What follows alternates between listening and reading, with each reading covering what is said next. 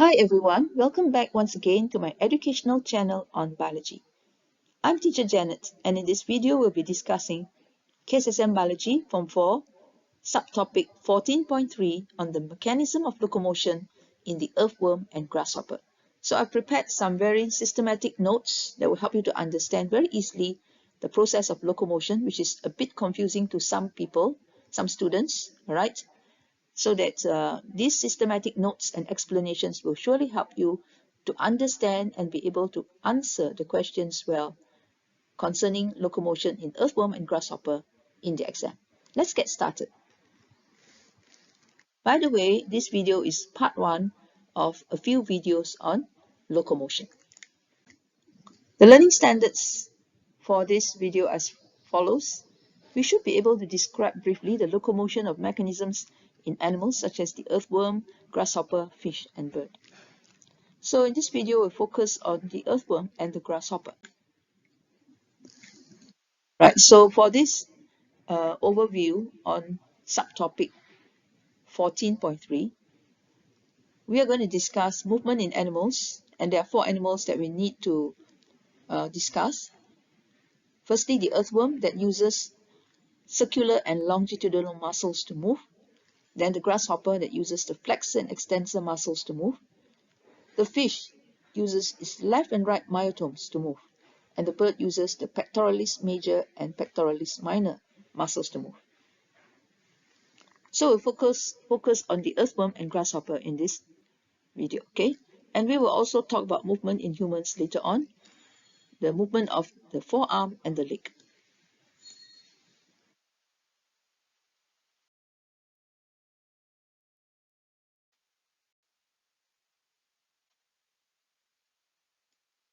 So we will start by discussing a question and then how are we going to answer it. Now, based on the diagram below, explain how the earthworm is adapted for movement in its habitat. So you are given 2 diagrams, 2 pairs of diagrams, okay? In the first diagram, you see the earthworm extending itself to the front, moving to the front, okay? And in the second diagram B, something happens to the front part of the body. So this question is 10 marks, and we are asked to explain the adaptation of the earthworm for movement in its habitat, that is on the ground, movement on the ground. And the type of movement is the crawling movement. So let's answer the question by going through these points here. At the same time, we're also studying about locomotion in the earthworm. Okay, so first for your model answer, to talk about how the earthworm is adapted for movement in its habitat, meaning the place where it lives, okay, the environment where it lives, we have to discuss the type of skeleton. So the earthworm has a hydrostatic skeleton made up of a body cavity here, right, in the center part, that is filled with fluid, okay, right in the center here. And it's surrounded by a muscular wall, okay, the yellow layer and the purple layer here. And this fluid is under pressure. So in the center of the body, surrounded by the fluid, are the body organs, okay? So like the intestines. Now, so remember that the hydrostatic skeleton is a skeleton made up of a body cavity that is fluid-filled and surrounded by a muscular wall. So there are 2 layers of muscles here. The first one on the outer part is the circular muscles, and in the inner part we have the longitudinal muscles. So there's one point here, if you write that it's a hydrostatic skeleton, and if you elaborate and mention what it is, you may get another point, okay? But then we have to go on to other points also. So locomotion, we must mention that the type of locomotion is the crawling movement. So the earthworm crawls on the ground. So it doesn't have legs, but it crawls by extending its body forward. So the antagonistic muscles in the body wall. Now, what are antagonistic muscles? They are a pair of muscles that work in opposite ways. When one contracts, the other will relax. Okay, so the antagonistic muscles are the circular muscles which go around each segment. Okay, circular muscles. That's why it's called circular. So it it follows the shape of the body and goes round and round and round, okay, the segments.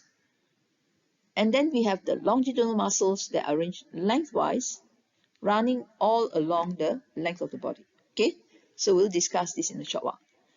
Then another adaptation other than the antagonistic muscles is that the earthworm has kete, which are stiff hairs, okay, these black structures here, that project from each segment.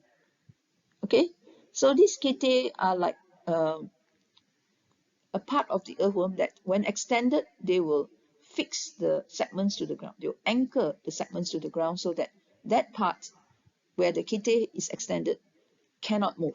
It's stuck to the ground. Okay? But if they want to move that part, then they will have to retract the kete inwards. Alright? So that there's no more friction on the ground and then they can move forward. Right?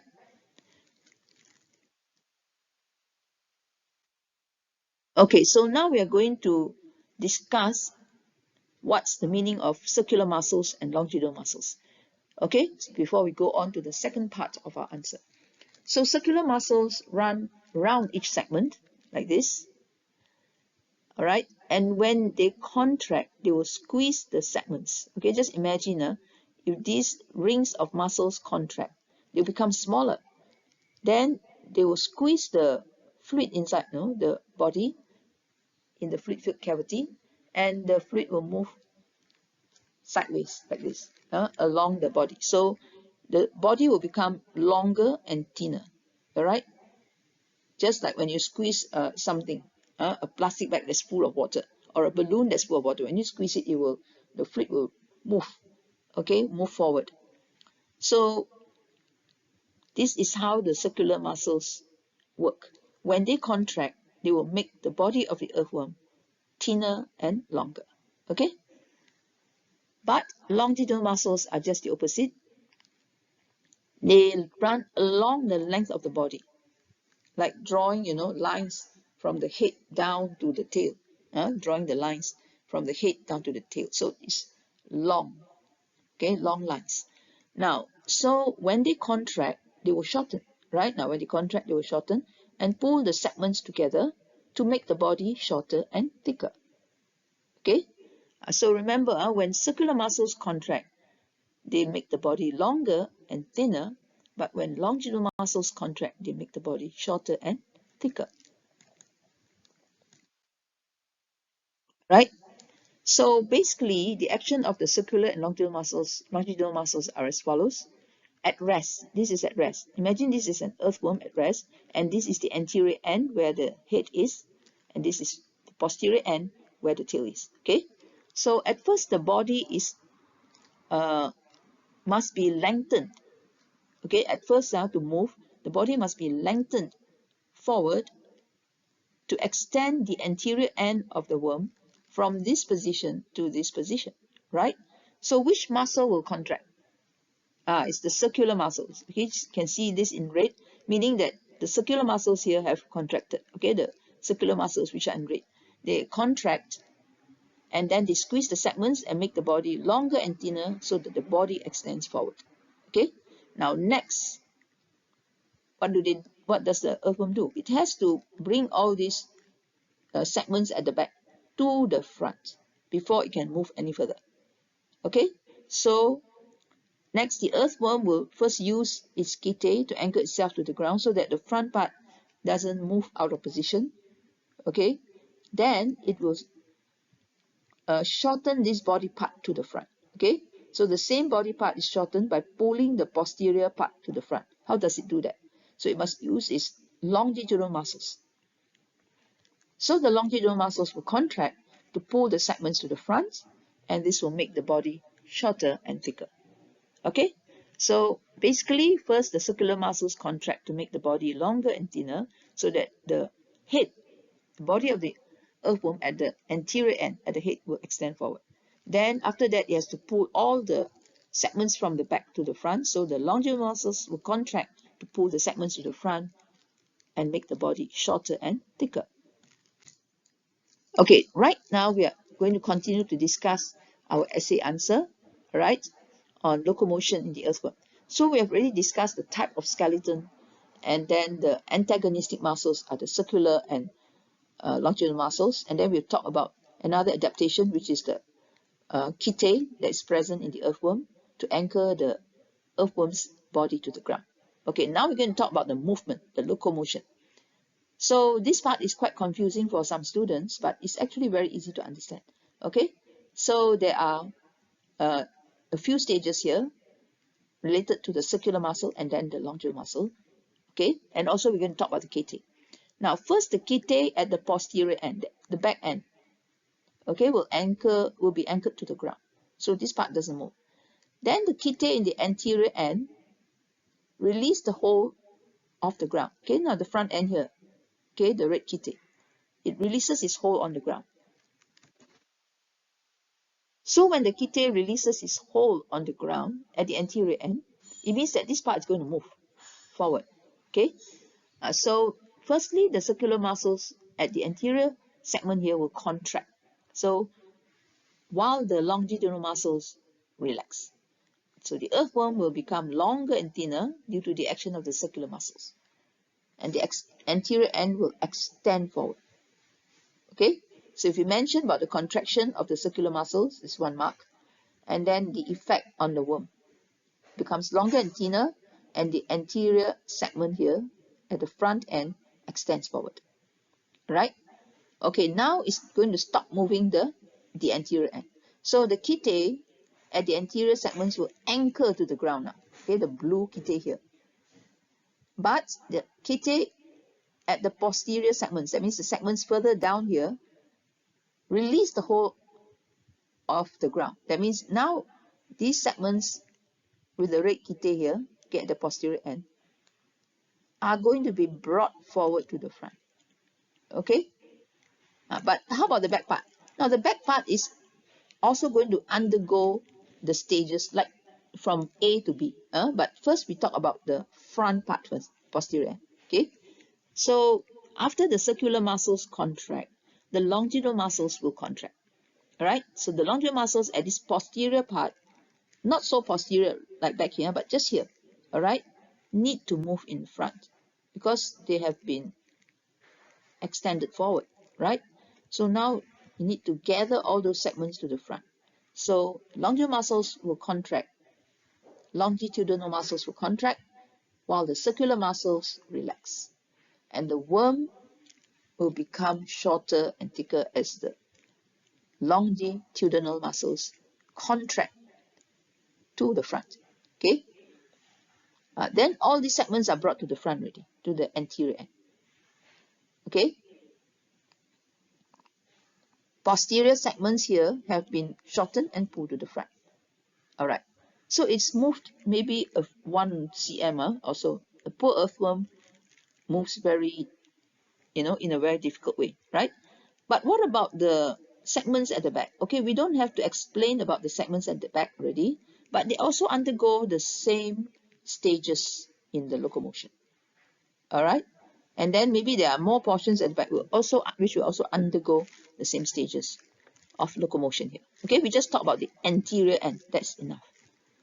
So go through this and memorize it. All right, when you're talking about the movement of the earthworm. So here we have 6 marks, okay, for this section. And for the front part, which we have discussed on the type of skeleton and the antagonistic muscles and the adaptation of having kete, that will be about 4 marks. So total 10 marks. Okay, so in A, circular muscles contract. That is in the first diagram in the question. And in B, the longitudinal muscles contract. And one more point we can note or write down is alternate contractions and relaxation of the circular and longitudinal muscles along the body result in a wave of peristalsis. You can see some movement there along the earthworm's body. We call it the wave of peristalsis that causes the worm to move forward. Okay? Right, let's look at a video of a real earthworm and how it moves. right? So basically, kete at the anterior end releases hold on ground. Then the circular muscles contract, so the worm becomes longer and thinner. Next, the kete will anchor to the ground. The kete at the anterior end will anchor itself to the ground, or themselves to the ground. Then it's time for the longitudinal muscles to contract, so the worm becomes shorter and thicker. These are the main points. Right, so I'm going to use the letter C to denote the circular muscles. When I say C contracts, it means circular muscles contract. Okay. When I say L contracts, it means longitudinal muscles contract. All right. So look for this part here because the head of the earthworm will appear here, and then you look at the head. When I say C contracts, you see that the head of the worm becomes longer and thinner. Right. The anterior end becomes longer and thinner. And when I say L contracts, you will see that the worm becomes thicker and shorter at the head, at the anterior end. Okay, so this pointer has to disappear, then the video can play, right? So I will just show you, and you focus on this spot, with the red circle there, right? In the red circle, to see the how the head moves. We just concentrate on the anterior end, or the part where the head is. Okay. C contracts, L contracts. C contracts, L contracts. C contracts, L contracts. C contracts, L contracts. C contracts, L contracts. C contracts, L contracts. C contracts, L contracts. C contracts, L contracts. You see that? C contracts, L contracts. So when C contracts, the worm becomes longer and thinner. But when L contracts, the worm becomes shorter and thicker. Okay? Okay, now it's trying to pusing, right? It's trying to pusing.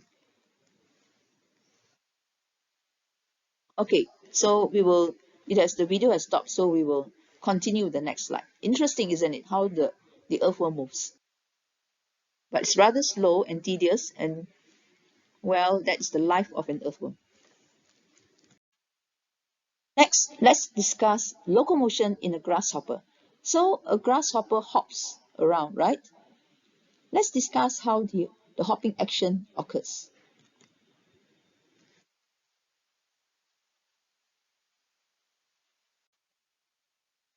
So locomotion in a grasshopper. Now, first we have to mention the type of skeleton. So the type of skeleton in the grasshopper is an exoskeleton that covers the external part of the body. It's found on the external part of the body. It's a rigid, hard covering. And it's made of chitin, okay, a substance called chitin for insects. So what are the antagonistic muscles in a grasshopper? Now, the antagonistic muscles are attached to the inner surface of the exoskeleton. So this is the exoskeleton, the brown covering. And then on the inner surface, we have the muscles, okay? So the antagonistic muscles, a pair of antagonistic muscles are just called the flexor and the extensor muscles. So these are not the specific names for it, okay? We just give it a general name. So flexor muscle is a muscle that bends the limbs at the joint when it contracts. Like when you flex your muscle, your biceps, it means that the biceps will contract and then it will bend your arm at the elbow. Okay, and then extensor is a muscle that straightens the limb at the joint when it contracts. All right, so we're going to discuss how these two work together afterwards. So remember, for grasshopper, the type of antagonistic muscles they are just called flexor and extensor muscles, right? Then adaptations. The hind legs of a grasshopper are very muscular and long, especially this part here, right? So they're adapted for jumping or hopping or leaping, and it can be folded into a Z shape like this. You see, can you see the Z shape? Or here, this is the Z shape. Okay. Next, let's look at the flexor and extensor muscles in the hind leg of the grasshopper in more detail. So here you can see we're going to focus on this leg. So you can see here the extensor muscle, which is bigger than the flexor muscle here below, right? So how does it work? Very easy. The extensor muscle is attached to the end of this part of the leg. So when it contracts, it will pull this end. So imagine if you pull this end, can you imagine what will happen? This end here will move further to the front, so this part have to swing backwards. All right, then the leg will straighten. But the flexor muscle is located further down on this part of the leg. So when it contracts, it will pull the lower part here, and this part of the leg will move inwards instead. Okay, so here we see the action of the muscles when they contract. When extensor muscle contracts, this part of the leg will be pulled outwards and the leg will straighten. On the other hand, when the flexor muscle contracts, all right, it will pull the lower part of this leg here, and it will cause the leg of the earthworm to bend at this joint here, right? Okay, so extensor muscles contract and cause the leg to be straightened, but flexor muscles, when they contract, they cause the legs to be bent. Right, so for locomotion in a grasshopper, we will discuss this and at the same time answer the question, okay, in the reinforcement, in the formative exercises. So describe how a grasshopper performs a jump or a leap. All right, this is the question in the textbook. Now, 6 marks here. So number 1, at rest. At rest, it is the flexor muscle that contracts. Okay, so the flexor muscle is found in the pink part here, and it is in the hind leg, okay, the back legs here. So it contracts. Now when it contracts, it will pull. It's at the lower part of the, it's attached to the lower part of this leg here. It will pull the leg inwards, all right, towards the body. So in this way, the hind leg here, the whole hind leg here, will be folded into a Z shape. Can you see the Z shape? All right, Z shape here. Now the grasshopper is ready to jump. So 1 mark for flexor muscle contracts, pulling leg towards body, hind leg folded into Z shape. Now next, it is the extensor muscle that contracts now. Okay, at the same time, the flexor muscle will relax already, right? So they are antagonistic muscles. Now when the extensor muscle contracts powerfully, it contracts very powerfully, and this is the bigger muscle. It contracts powerfully and suddenly, it will pull the end of this skeleton here, exoskeleton, pull the end. So when it pulls it towards this part, to go nearer here, this part of the leg has to swing back like that. So the hind leg is straightened backwards, but also downwards. Okay, it's straightened backwards and downwards. So this occurs very rapidly, the straightening of the leg to the ground. The leg will press on the ground as it is straightening. Now this is when Newton's law comes into effect. To every action, there is an equal and opposite reaction. So when the leg presses down here on the ground, the harder it presses, the bigger the opposite reaction. Okay, so the opposite reaction is the ground pushing back on the leg here. And this force, this opposite force, provides the lifting force to push the grasshopper into the air. Okay, now you can show this to be true by suddenly pressing your hand on you stand first at the table, and then you suddenly bend down and press your hand, the palm of your hand hard, the palms of your hand hard on the table. Okay, I mean suddenly press hard. You'll find that you have a lifting force that make you jump up a bit, right now? But be careful when you do this. Make sure you don't topple the table in the end. Okay, so this is what causes the lifting force of the grasshopper to occur. It is from the ground. All right, and this law, Newton's law, to every action there's an equal and opposite reaction, is also used for us when we walk. Okay, we'll discuss that later. So 1 mark for extensor muscle contracts suddenly. Then hind leg is straightened, 1 more mark.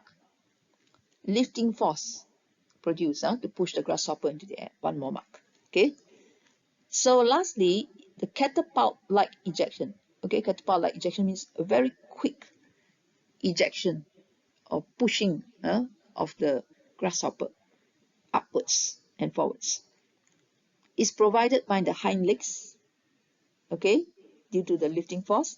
So it projects the grasshopper forward and up into the air. Okay, like this. So 1 mark for catapult-like ejection, hind legs, projects grasshopper where? Forward and up into the air. All right? Okay, that's all for this lesson. I hope that you have understood it, and I think that it has been very well explained to you. Okay, so this can be asked in an essay question, so you just memorize the points here. Okay, thanks for watching, and please remember to like, share, and subscribe to my channel. All right, so goodbye for now.